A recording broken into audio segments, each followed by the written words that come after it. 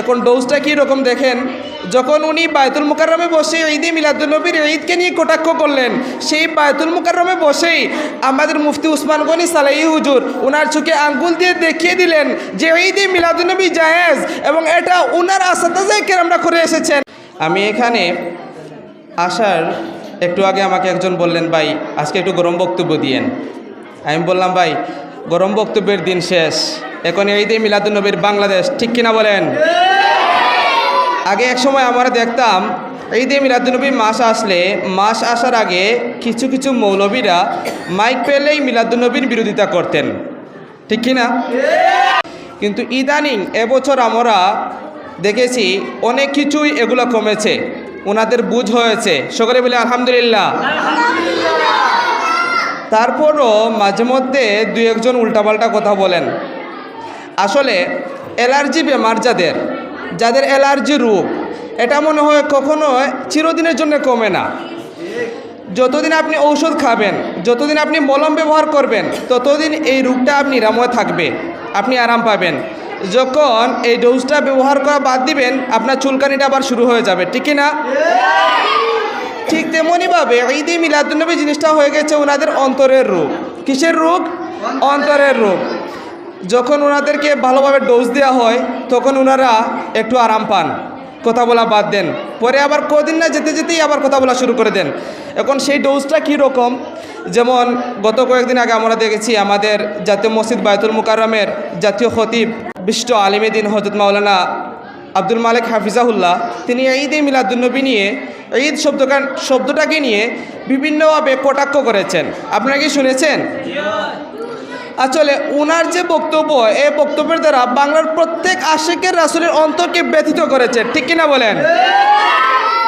আমরা ওনার বক্তব্যের তীব্র নিন্দা ও প্রতিবাদ জানাচ্ছি। এখন ডোজটা কীরকম দেখেন, যখন উনি বায়তুল মুকাররমে বসে ঈদে মিলাদুন্নবীর ঈদকে নিয়ে কটাক্ষ করলেন, সেই বায়তুল মুকাররমে বসেই আমাদের মুফতি উসমান গনি সালাহি হুজুর ওনার চোখে আঙ্গুল দিয়ে দেখিয়ে দিলেন যে ঈদে মিলাদুন্নবী জায়েজ এবং এটা ওনার আসাতাজায়ে কেরামরা করে এসেছেন এবং এটা ছিল এবং আছে এবং থাকবে ইনশাআল্লাহ। দেখেন, যখন উনি এই ডোজটা পেয়েছেন, দেখবেন অনেক দিন আর এগুলো নিয়ে কথা বলবেন না, অনেক দিন ওনাদের কথা বলা বন্ধ থাকবে। আবার যখন এই ডোজটার মেয়াদ শেষ হয়ে যাবে, আবার সেই অ্যালার্জি রোগের মতো ওনাদের মনের রোগটা বেড়ে যাবে, আবার কথা বলা শুরু করবেন। আমরা দেখেছি অনেক আলেমরা আগে ঈদে মিলাদুন্নবীর বিরোধিতা করেছেন, ফলে ওনারা নিজেরাও ঈদে মিলাদুন্নবী পালন করেছেন।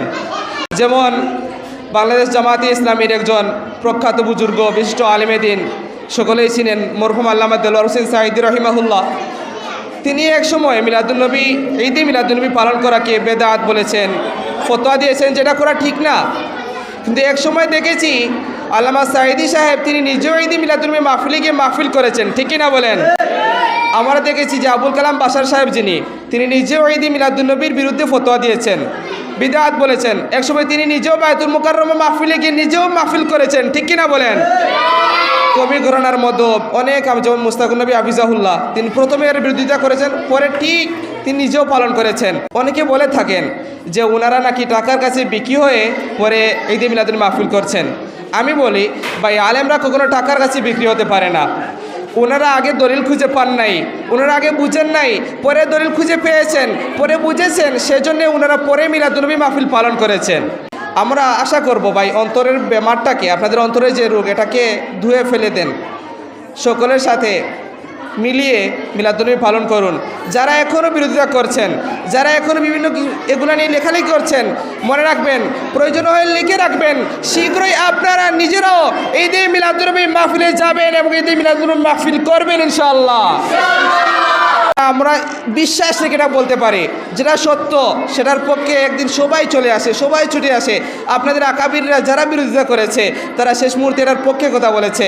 আপনাদের আরও আকাবিররা যদি খুঁজেন, তারা কখনো বিরোধিতা করে নাই, তারা সব সময় এটার পক্ষে কথা বলেছে, এখনও অনেকেই এটার পক্ষে কথা বলছে।